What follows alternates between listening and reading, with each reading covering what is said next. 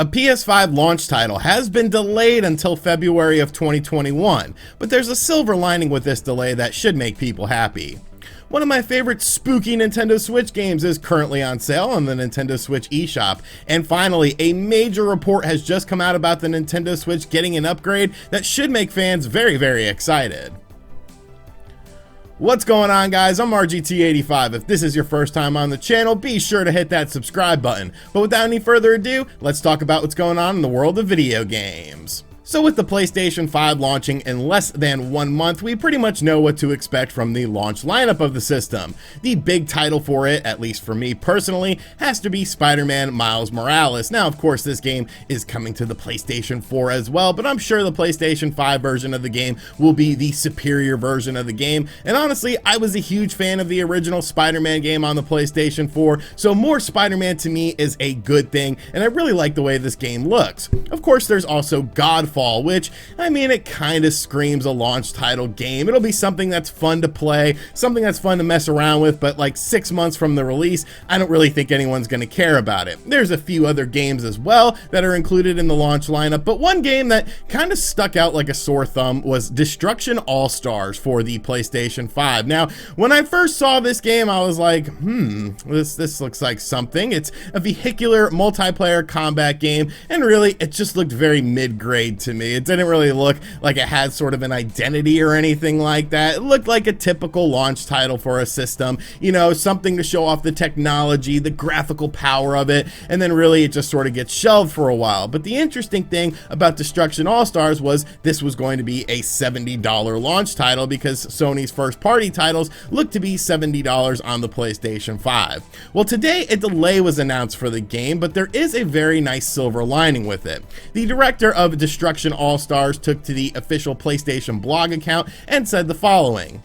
Hi everyone, we wanted to share a quick update on our plans for Destruction All-Stars. We have decided to move the game's release from November 2020 to February 2021, where it will be included for 2 months in PlayStation Plus at no additional cost. Destruction All-Stars is a multiplayer game that is at its best when you're competing with gamers online from all around the world. We want as many people to experience the mayhem on the PlayStation 5, and what better way to do that than to provide our game to our PlayStation Plus members. Next week, we'll return with a brand new trailer and some more details on the game so you'll know exactly what to expect when you download it in February. This may be disappointing news for some of you who are looking to play the game at launch, but we hope you understand the decision. For those of you that have already pre-ordered the game, be it the PlayStation Store, PlayStation.com, or at retail, your purchase will be refunded. And you know what? I think that is a good thing for Destruction All-Stars for the PlayStation 5 because, like I said, this game just really didn't sort of captivate me as a $70 title. I really had no interest in picking up this game, especially just considering the fact that it looks like something that will be fun for a little while, but I'm not sure the longevity of this game. And having to drop $70 on a game, like, you kind of want to get your money's worth out of it. So to see this shift from a launch PlayStation 5 title at $70 to now being available on PlayStation Plus for free for 2 months, meaning that if you have the PlayStation Plus service, you can download it and then you will have that game at no additional cost, I think is the right decision in this situation. And since I am a PlayStation Plus member, I will definitely be checking out this game now when it releases in February. Looking forward to the new trailer for the game because I don't have to worry about spending $70 on it. A lot of these vehicular games are now starting to move to a free-to-play service sort of thing. We, of course, have seen Rocket League, which was available for like 20 bucks, and now it's available for free on all platforms. So I think this was a smart decision. I don't really know many people personally that were picking up Destruction All-Stars as a launch title unless they just wanted to review it and be one of the few people that reviewed it. So yes, Destruction All-Stars has been delayed until February of 2021, but do not fret because now you can get the game on PlayStation Plus and actually check out the game and play the game. So what do you think of this decision? Is this a smart thing to do? Let me know in the comments down below. Next up, I just wanted to do a very brief public service announcement, a little bit of an FYI about one of the games you should own on your Nintendo Switch that you might not own that's currently on sale on the Nintendo Switch eShop. I didn't want to make a full eShop sale video. There are some good sales going on right now, but one game I am very fond of in general and on the Nintendo Switch is Alien Isolation. We actually talked about this game in my Halloween Nintendo Switch games video that you should definitely check out. And right on cue, now the game is on sale for just $20 $20 on the Nintendo Switch eShop. And honestly, Alien Isolation on the Switch is a fantastic version of the game. Yes, it's released on other platforms, so you might have played it, but if you only own a Nintendo Switch and you want to play the game in handheld mode, the Switch version of the game is a fantastic version of the game. It looks great, it plays great, and honestly, it's a genuinely scary game because of the fact that the alien, the face hugger, is constantly searching for you, and it really leads to some tense situations. Now, this game was done by Feral Interactive, who also did Grid Autosport on the Nintendo Switch, which was another fantastic port. Feral Interactive is definitely a very sort of under the radar company when it comes to Nintendo Switch ports, but I think they're one of the best companies out there. Hell, even Digital Foundry said that the Nintendo Switch version of the games at times looks better than the PlayStation 4 version of the game. So it's a very, very solid port of the game, a fantastic experience. I don't care what you play it on, but if you only own a Nintendo Switch and you've been waiting for a price drop on this game, now is definitely the time to jump on it because it's only $20, and I highly recommend you guys check it out.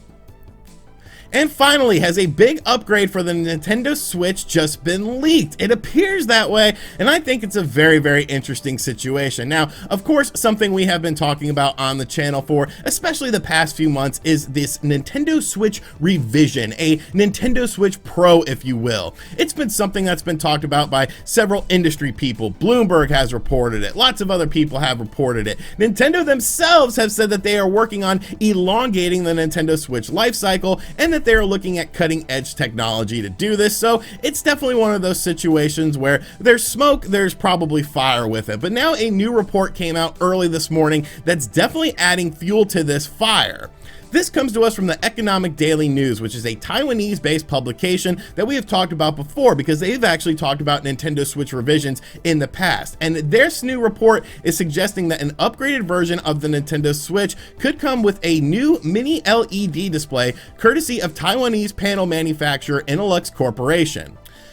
Now, according to this report, they are saying that Nintendo recently met with Innolux and that they might be stopping their partnership with Sharp for the screens on the Nintendo Switch and instead using a mini LED display technology from Innolux in this upgraded Nintendo Switch. Now, of course, this is the Nintendo Switch that's supposedly coming next year. Some people feel that it's coming early next year, and I don't really think it's going to come early next year, but I do definitely feel like this is coming next year because, like I said, where there's smoke, there's fire. This would essentially replace this 720p LCD screen that is used in your current Nintendo Switch model. Now, if you're wondering what mini LED is, I might be an idiot when it comes to technology, but I do sort of know about screens and things like that, at least with the basic stuff. And essentially, it's a combination of LCD technology and OLED technology, which would theoretically improve things on the Nintendo Switch in handheld mode, such as contrast, better lighting of pixels on the screen, and one thing Nintendo absolutely loves with their upgraded models, a better battery life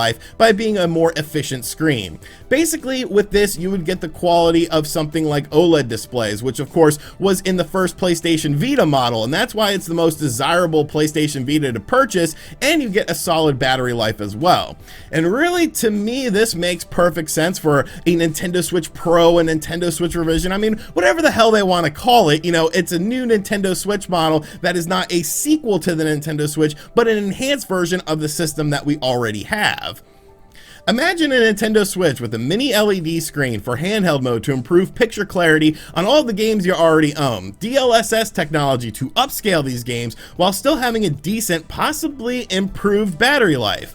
And that's not even taking into account any just sort of standard power upgrades that this Nintendo Switch revision could have. That's all just based on technology from the screen and AI upscaling that NVIDIA is using in their hardware. And since the NVIDIA Tegra isn't in the Nintendo Switch, it would make perfect sense with this upgraded Nintendo Switch model. Of course, both of these things fall in line perfectly with Nintendo wanting to use cutting-edge technology, and I really feel like it can make for a very interesting Nintendo Switch upgrade.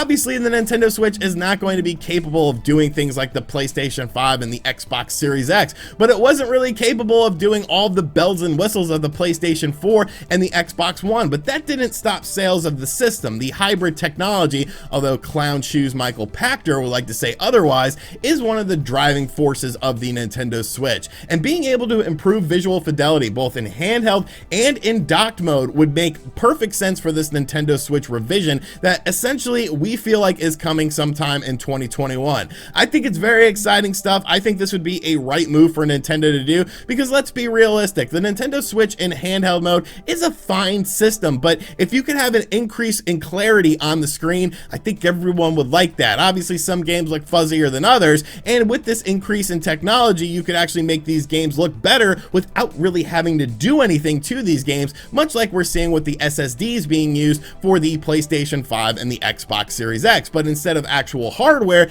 it would be AI based, and I think that would be a very smart thing for Nintendo to do. So will this new Nintendo revision actually ditch Sharp and go with Intellex and have a better screen in it? It looks like it's going to be that way, and if that's the case, I think this Nintendo Switch revision really is just going to kick ass. Alright, so that is going to do it for today's video. I hope you guys enjoyed this. Be sure to let me know what you think of everything in the comments section down below. And as always, guys, thank you for checking out this video, and thank you for coming to the channel. Make sure you guys check out yesterday's video where we talked about the limited releases that Nintendo is doing. I don't think it got to a lot of people's sub boxes. I heard a lot of people say they didn't get that video in their sub box, so make sure you guys go check that out. Really good video where we sort of look at the past and the present of Nintendo doing limited releases and what it actually means. Maybe there's something a bit deeper that's going on with this situation, or maybe Nintendo's just being weird. And as always, guys, like I said, thank you for checking out this video. Check out other stuff on the channel, and as always, I'll catch you guys on the next one. Later.